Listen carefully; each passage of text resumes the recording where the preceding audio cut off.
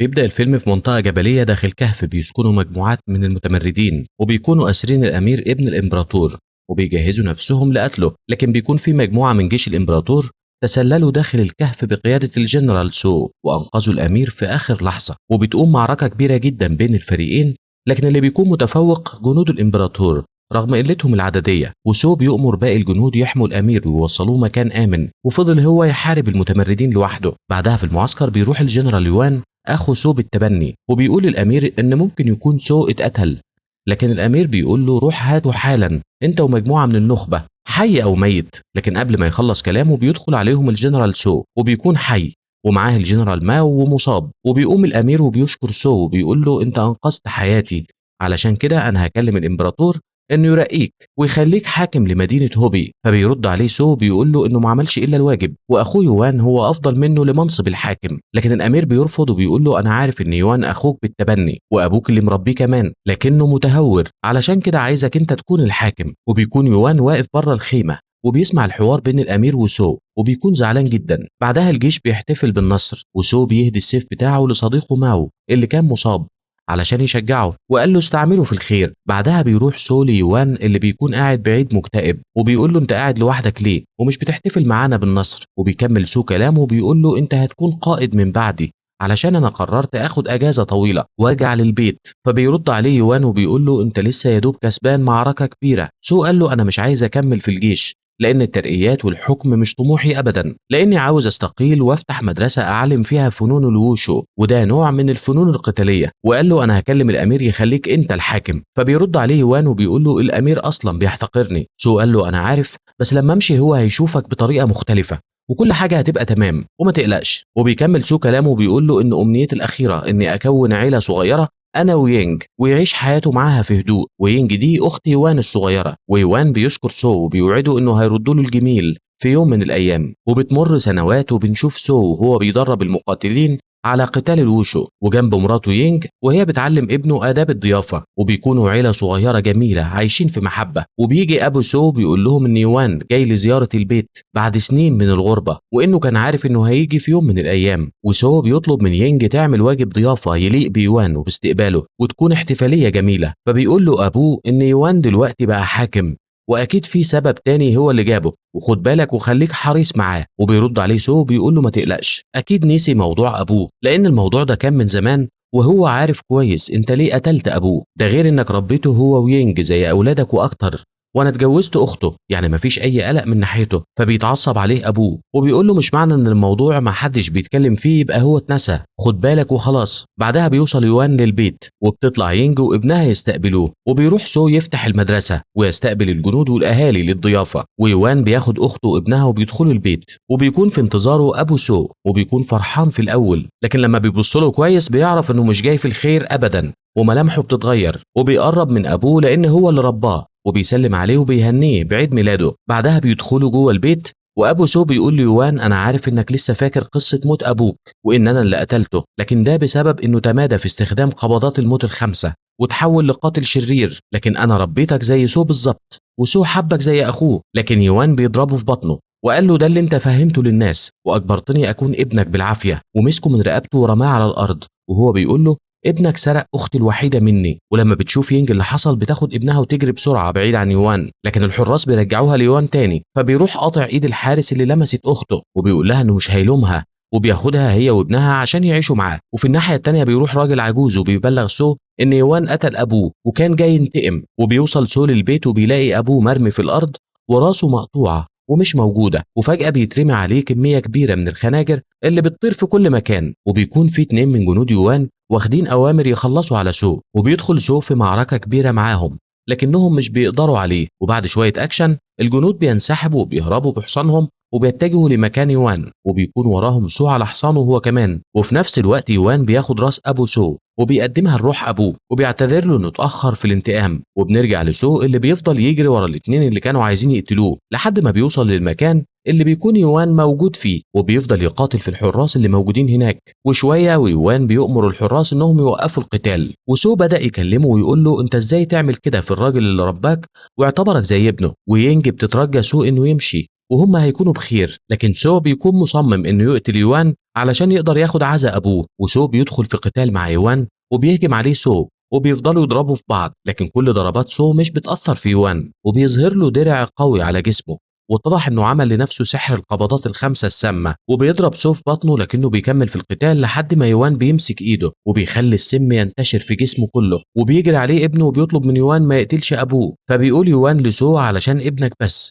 انا مش هموتك، وبيشيله وبيرميه في البحر. وبتجري ينجي على الجسر هي كمان وبترمي نفسها ورا سو، وبيقول يوان للحراس ينزلوا بسرعة ينقذوها، بس هما بيردوا عليه وبيقولوا له ان الطيار قوي جدا علشان كده مش هيقدروا ينزلوا. فبيسحب يوان السيف وبيذبحهم كلهم. بعدها بتفوق ينج وبتشد سو من الميه، واللي بيكون جسمه زرق من التسمم، وبتعمل نقاله من الخشب وبتصعد بيه على الجبل، لكنه بيتزحلق منها لتحت وعلى وشك انه يسقط ويموت. لكن فجأة بتمسكه المعالجة ياو، واللي بتكون بتجمع الأعشاب الطبية النادرة من الجبل، وياو بتاخدهم لبيتها وبتعالج سو من السم. ولما بتعرف قصتهم بتقول لهم انهم يقدروا يفضلوا عندها لحد ما سو يكون بخير. وبتقول ياو لسو ان من حسن حظه ان جسمه قوي ويتحمل السم، لان اي واحد مكانه كان زمانه مات. وبيحاول سو يقوم من مكانه بس بيلاقي ايده مش قادر يحركها. فبتقول له ينجي ان اوتار ايده كلها اتقطعت وقدامها شويه وقت وتخف. وبيفوت كام سنه وبنشوف ابنه فينج كبر في بيت يوان وقاعد بيرسم صوره لامه، وبيكون سو لسه مرجعش لحالته الطبيعيه علشان يقدر يواجه يوان من تاني. وبتروح ينجي وبتقول له سو انت من امتى كنت كده؟ طول عمرك ما تعرفش الهزيمه وشجاع. فبيقوم سو وبيبدا تدريب من جديد علشان ترجع له قوته. وبعد كده سو بيروح لينج وبيشوفها وهي بتعمل المشروب وقد ايه هو طعمه حلو. فبيقول لها سو انه كل حاجه هترجع زي الاول وهيقدروا يرجعوا ابنهم من يوان. وبيفضل سو يشوف في احلامه انه بيحارب، وفعلا بيتشجع وكله اصرار انه يرجع تاني زي زمان. وبيتدرب تدريبات الوشو الصعبه جدا، لكنه في يوم بيشوف ناس غريبه بتقدر تطير في السماء وبيشيلوا بعض وبيتحركوا بسهوله عجيبه في الهواء، وبيجري وراهم علشان يعلموه بيعملوا كده ازاي. وبيلاقي نفسه في معبد كبير جدا وقابلهم وطلب منهم يعلموه، وبيعرفوه انهم من حكماء الوشو ولازم ينجح في اختباراتهم علشان يقبلوه تلميذ لهم. وبدأ الاختبارات فعلا وكانت صعبة جدا، واتضرب لحد ما جسمه اتضرر وما بقاش قادر يتحرك. ولما بيروح لمراته بتلاحظ الجروح في جسمه وبيقول لها ان ده من التدريب، وكل يوم يروح المعبد ويفضلوا يضربوه لحد ما يتعب. وفي يوم حكى لينج انه قابل حكماء الوشو وبيدربوه على القتال، وانه حاسس ان ثقته بنفسه بدأت ترجع تاني، وينج صدقته. وفي نفس الوقت بنشوف يوان وهو بيحط ايده وسط العقارب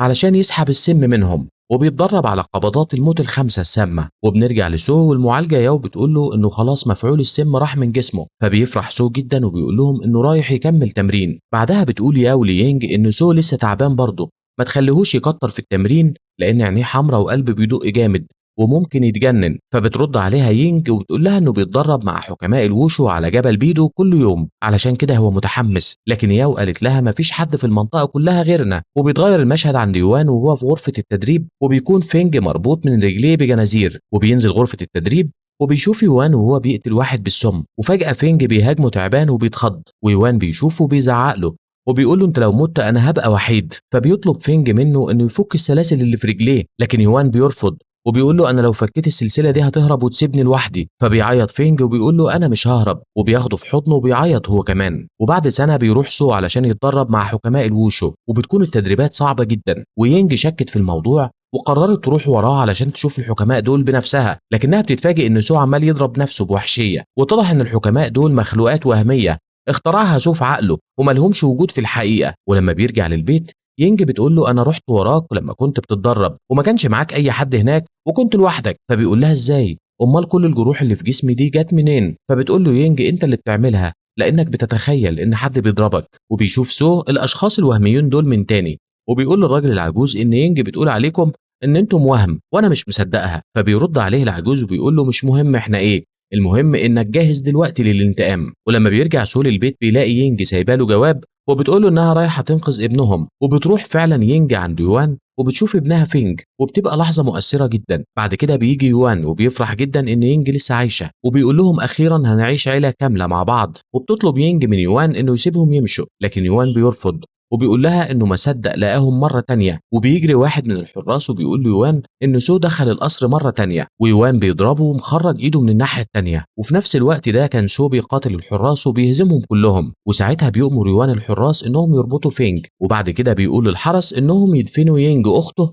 حية في الغابة، وفعلا بيحطوها في صندوق وبيدفنوها حية. وبعد شوية بيرجع الحراس وبيقولوا ليوان إن خلاص دفنوها، فبيقول لهم حد يعرف مكانها غيركم؟ فبيردوا يقولوا له لأ، فبيقتلهم كلهم. وبيخلص سو على باقي الحراس وبيسأل يوان فين مكان يينج، فبيرد عليه وبيقول له انسى انك تعرف مكانها. وسو بيقطع السلسلة اللي في رجل فينج وبيفكها، وبعد كده بيفضل يوان وسو يقاتلوا بعض لفترة طويلة، وفي الآخر سو بيقدر يقطع الدرع من على جسم يوان وبيموته في النهاية. لكن فينج بيفضل يعيط وبيقول له ما ينفعش يوان يموت لأنه دفن أمه حية ومحدش يعرف مكانها غيره. فبياخد سو ابنه وبيطلعوا يدوروا على مكان يينج، لكن قبل ما يمشوا واحد من الحراس ما بيكونش لسه مات وقال لهم انها مدفونه في الغابه. فبيروح سو على الغابه وبيخبط في الصندوق اللي فيه يينج وبيخرجها من الصندوق، لكن بيكون فات الاوان لانها بتكون ميته. وبعد موت يينج سو وفينج اتنقلوا للمدينه وبقوا مشردين في الشوارع وبقوا بيشحتوا، وسو بقى بيسكر ومش حاسس بأي حاجة حواليه. وبيروح سو لبار علشان ينسى وبيتخانق مع الناس اللي موجودة هناك، وبتروح واحدة من الشغالين تجيب له حد من الشرطة علشان يقبض عليه. وفعلا بيجي واحد من الشرطة لكنه بيكون ماو صديقه اللي كان معاه في الجيش زمان